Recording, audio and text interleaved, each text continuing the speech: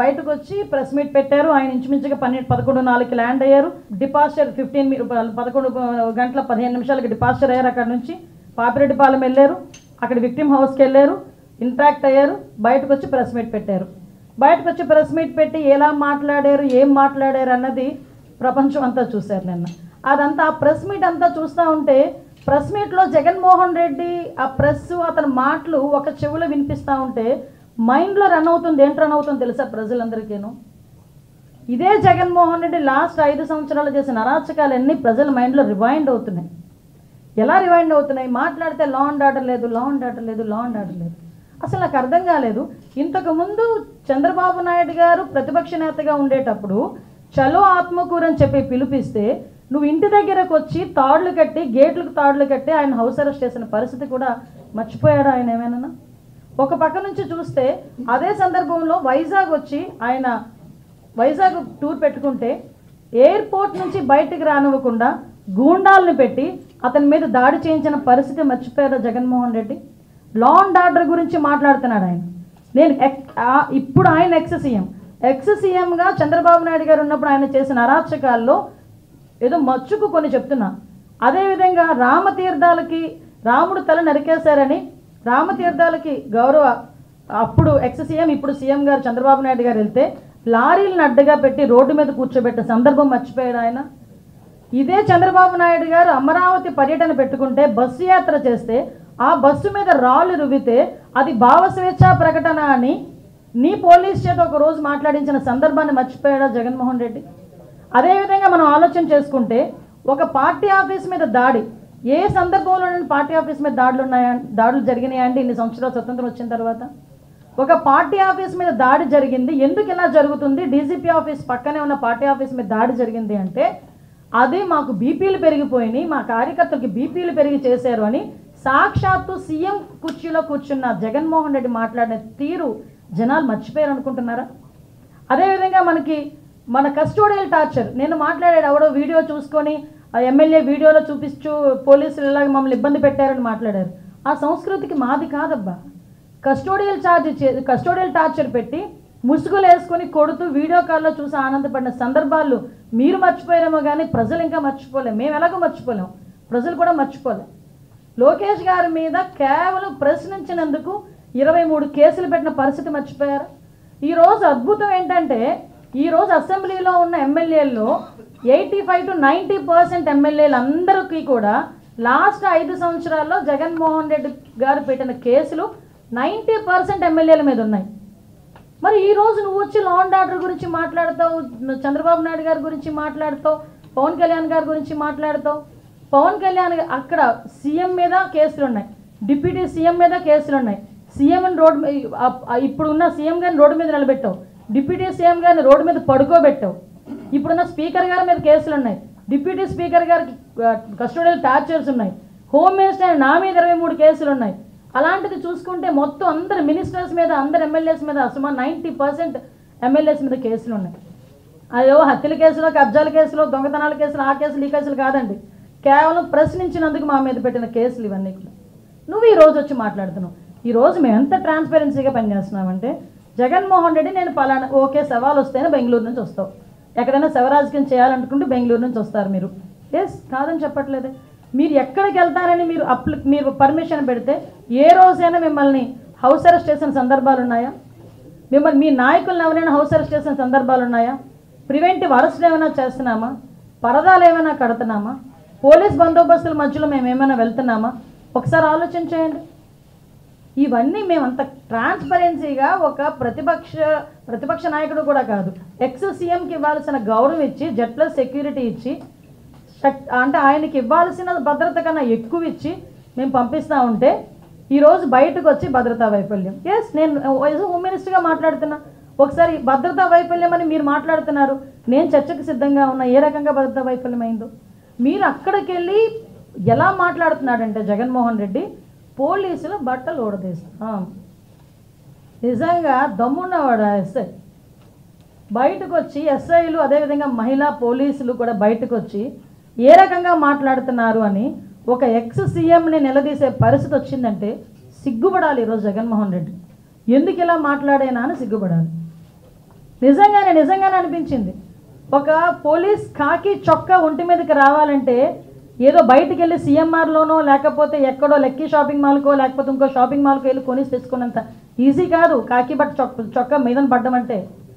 ఆ కాకి చొక్కా పోలీస్ కానిస్టేబుల్ దగ్గర నుంచి ఐపీఎస్ వరకు కాకి చొక్కా ఒంటి మీద పడాలంటే ఎగ్జామ్స్ రాసుకొని రన్నింగ్లు పాస్ అయ్యి వాళ్ళు బాడీ ఫిజికల్ ఫిట్నెస్కి వాళ్ళు పాస్ అయ్యి అదేవిధంగా ఇంటర్వ్యూలకి అటెండ్ అయ్యి కఠోరమైన శ్రమ చేస్తే తప్ప ఆ పోలీస్ చొక్కా ఒంటి మీదకి రాదు, ఆ కాకి చొక్కా ఒంటి మీదకి రాదు.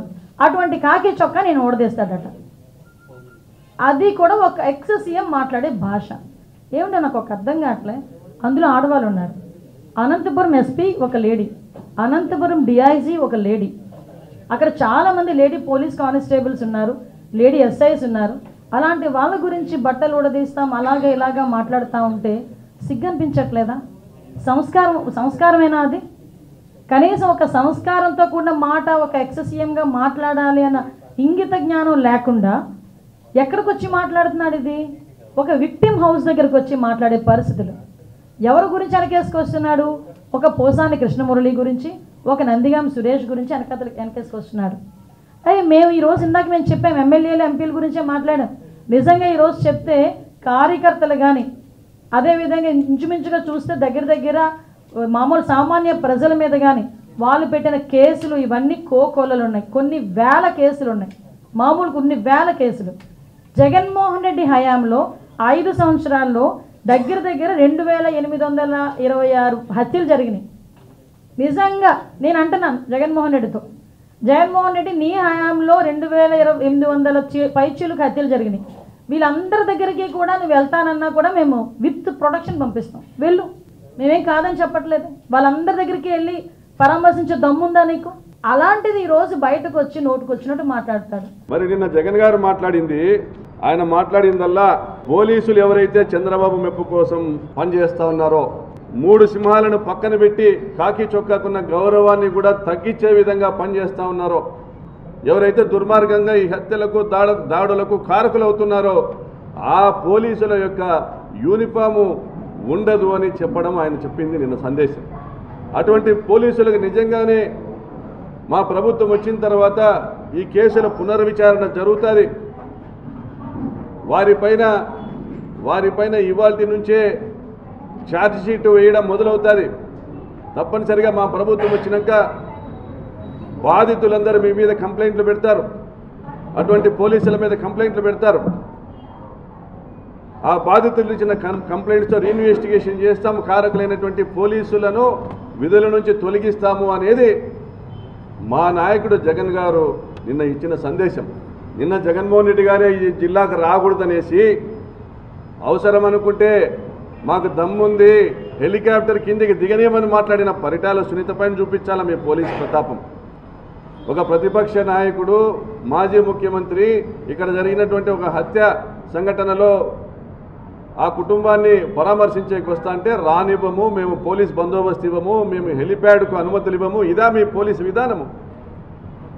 మరి చెన్నై కొత్తపల్లి దగ్గర హెలిప్యాడ్కి అనుమతిస్తే ఏమవుతుంది అనుకున్నారు మీరు? అక్కడి నుంచి పాపిరెడ్డిపల్లి వరకు 12 కిలోమీటర్ల పాటు వేలాది వాహనాలతో ఆయన గ్రామానికి సందర్శిస్తే జిల్లా వ్యాప్తంగా నిరసనలు వెల్లువెత్తేటువంటి పరిస్థితి ఉంటుంది. తెలుగుదేశం పార్టీ గౌరవం పల్చనయ్యేటువంటి పరిస్థితి ఉంటుంది. చంద్రబాబు నాయుడు గారి యొక్క ప్రభుత్వం యొక్క వైఫల్యం ప్రజలకు ఎండగట్టినట్లుగా చూపించినట్లుగా తెలియవచ్చే విధంగా ఉంటుందనే ఉద్దేశంతో మీరు చెన్నై కొత్తపల్లి వద్ద హెలిప్యాడ్కి అనుమతి ఇవ్వలేదు.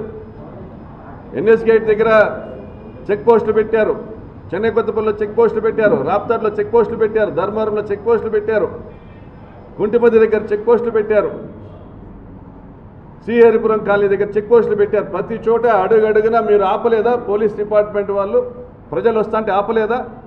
ఆపాల్సినటువంటి అవసరం ఏముంది? ఆదేశాలు ఎవరిచ్చారు మీకు? మరి జగన్ గారు వస్తున్నప్పుడు మీరు ఇన్ని వాహనాలను ఆపినా, మీరు ఇన్ని వాహనాలను ఇన్ని నియోజకవర్గాల్లో ఆపినా, మీరు గత 3-4 రోజుల నుంచి ఇదే సందేశం ఇస్తా ఉన్నా, మరి ఈరోజు 40,000 జనం ఎలా వచ్చారు? మరి మీ ప్రభుత్వ వైఫల్యం కాదా? ఈ సుధాకర్ వైఫల్యం కాదా? మీ పోలీసుల వైఫల్యం కాదా? ఈరోజు రాష్ట్రంలో తెలుగుదేశం పార్టీ పల్చనైందానికి కారణం ఎవరు? ఈ సుధాకర్ వైఫల్యం కాదా? ఈ పరిటాల సునీత యొక్క అహంభావం కాదా? అహంకారపూరితమైన విధానం కాదా? మరి పక్కనున్న రొత్తంలో మంత్రిగా ఉన్న సవితమ్మ ఎలక్షన్ పెట్టుకుందా? మెజారిటీ లేదని వదిలేసింది. పక్కన ఉన్నటువంటి కంబదూరులో ఎలక్షన్ పెట్టుకున్నారా? మెజారిటీ లేదని వదిలేశారు. మరి మీకున్నటువంటి స్పెషాలిటీ ఏంటి సునీతమ్మ? రామగిరి మీ జాగీరా? మీ నాయన జాగీరా? ధర్మారోపణలో జాగీరా? హత్యలు చేసైనా ఆక్రమించుకుందామనేసా ప్రజాస్వామ్యాన్ని? మీ దురాక్రమణ విధానం కాదా ఈరోజు ఒక మనిషి చావుకు కారణం? ఈరోజు తెలుగుదేశం పార్టీ పల్చర్ అయ్యేదానికి కారణం? మరి ఈ కారకులు, ఈ సంఘటనలన్నిటికీ కారణం ఎవరు? Abundant support, unconditional support from Sudhakar Yadav. Sudhakar Yadav అనేటువంటి ఒక వ్యక్తి, అతన్ని ఒక పోలీసు అధికారిగా కూడా పిలిచాలన్నా సిగ్గుపడతా ఉన్నా. ఇటువంటి వ్యక్తి చేసినటువంటి అన్యాయాల వల్ల పరిటాల సునీతకు అహంభావం పెరిగి, అహంకారం పెరిగి చేసినటువంటి కార్యక్రమాల వల్ల ఈరోజు రాష్ట్ర వ్యాప్తంగా తెలుగుదేశం పార్టీ పల్చర్ అయిందా లేదా? గుండెల మీద చేసుకొని చెప్పమని ఈ రాష్ట్రంలో ఉన్న తెలుగుదేశం పార్టీ నాయకుల్ని, మంత్రులను అందరినీ కోరుతా ఉన్నా, ముఖ్యమంత్రి గారిని కూడా. ఇవన్నీ కూడా ఆత్మవిమర్శ చేసుకోకుండా మా జగన్మోహన్ రెడ్డి గారిని తిట్టిస్తారా మీరు ఒక ఎస్ఐతో?